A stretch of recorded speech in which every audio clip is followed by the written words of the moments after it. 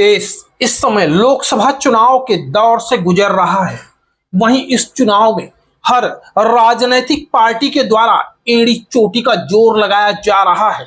और अगर हम बात करें पालघर लोकसभा चुनाव की, तो यहां पर महायुति, महाविकास आघाड़ी तथा बहुजन विकास आघाड़ी के बीच सीधे तौर पर त्रिकोणीय संघर्ष देखने को मिला है। हालांकि पालघर निर्वाचन क्षेत्र में मतदान 20 मई को शांतिपूर्ण ढंग से संपन्न हो चुका है। साथ ही हर उम्मीदवार का भविष्य भी ईवीएम में कैद हो गया है। वहीं इस चुनाव में हर राजनीतिक पार्टी तथा उनके उम्मीदवार की प्रतिष्ठा भी दांव पर लगी हुई है। किंतु पालघर लोकसभा चुनाव में हर पार्टी के कुछ निष्ठावान व सामर्थ्यवान स्थानीय पदाधिकारियों की भूमिका इस चुनाव में देखने योग्य थी, जिन्होंने इस चुनाव में अपने अपने स्तर पर अपनी पार्टी के उम्मीदवारों को जीत की शिखर पर पहुंचाने के लिए अपना यथासंभव प्रयास किया। और उसी के तहत पालघर लोकसभा चुनाव में भारतीय जनता पार्टी के जिला उपाध्यक्ष गंगेश्वर लाल श्रीवास्तव की भूमिका को नकारा नहीं जा सकता। गंगेश्वर लाल श्रीवास्तव ने इस चुनावी माहौल में सभाओं और बैठकों के माध्यम से तथा डोर टू डोर प्रचार माध्यम से महायुति के उम्मीदवार डॉक्टर हेमंत सावरा का न सिर्फ प्रचार प्रसार किया, बल्कि डॉक्टर सावरा के पक्ष में एक सकारात्मक माहौल बनाने में भी अपनी महत्वपूर्ण भूमिका निभाई। इसके साथ ही गंगेश्वर लाल श्रीवास्तव ने नालासोपारा पूर्व संतोष भवन में प्रधानमंत्री नरेंद्र मोदी के नाम को और उनके काम को घर घर तक पहुंचाते हुए न सिर्फ भाजपा का झंडा बुलंद किया, बल्कि वे संतोष भवन में अपने वोटरों की संख्या में इजाफा करने में भी सफल रहे।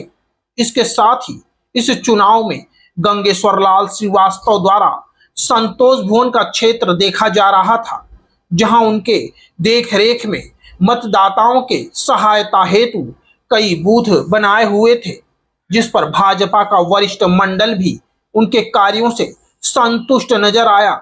यहां तक कि महायुति के उम्मीदवार डॉक्टर हेमंत सावरा भी उनके कार्यों को देखने स्वयं संतोष भवन पहुंचे।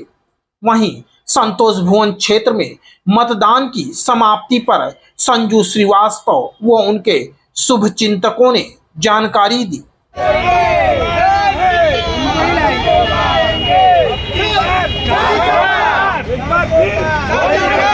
नमस्कार, इस समय हम नालासोपारा पूर्व संतोष भवन पर उपस्थित हैं। पालघर निर्वाचन क्षेत्र में मतदान संपन्न हो चुके हैं। वहीं उम्मीदवारों का भविष्य अब ईवीएम में कैद हो चुका है। वहीं पर स्थानीय राजनीति से जुड़े हुए पदाधिकारी व कार्यकर्ता हमारे समक्ष मौजूद हैं। पिछले 1-1.5 महीने का यह चुनाव प्रचार का दौर किस तरह रहा, ये मतदान की प्रक्रिया किस तरह रही, आम लोगों को किस प्रकार से इन पदाधिकारियों के द्वारा सहयोग किया गया और उम्मीदवार के पक्ष में किस प्रकार प्रचार प्रसार किया गया और भविष्य में राजनीतिक तौर पर क्या संभावनाएं व्यक्त की जा रही है, तमाम सवालों का जवाब जानने के लिए यहाँ के स्थानीय पदाधिकारियों से बात करते हैं। सर जी, क्या कहना चाहोगे? ये आपाधापी अब खत्म हो चुकी है, आरोप प्रत्यारोप और ये चुनावी घमासान था, अब उसका अंत हो चुका है। अब मुझे लगता है कार्यकर्ता पदाधिकारी अब कुछ दिन के लिए ही चैन की नींद सो पाएंगे। क्या कहना चाहते हैं? ऐसा नहीं, भारतीय जनता पार्टी के कार्यकर्ता हमेशा काम करते हैं, अपने समाज के और देश के बारे में उनमें काम करते हैं। मोदी जी का कहना है, उन्होंने, आपको पता ही है कि कभी उन्होंने वो नहीं थकते। जब वो नहीं थकते तो हमारे कार्यकर्ता कहाँ से थके हैं। एक इलेक्शन गया, दूसरी की हम तैयारी आज से ही चालू कर दी है।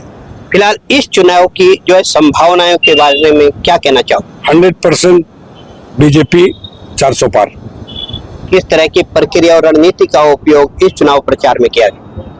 हर कार्यकर्ता ने अपने तरीके से अपना बूथ अपनी तरीके से मेहनत करके सभी ने ज्यादा से ज्यादा संख्या में वोटरों को निकाला है, वोटिंग कराया है। वोटरों को जो मोदी जी के कार्यों को गिनती करा करके वोट अपने तरफ वोटरों को झुकाया है। यहाँ के मतदाताओं का क्या सोचना था, किस तरह की उनकी मंशा सामने थी?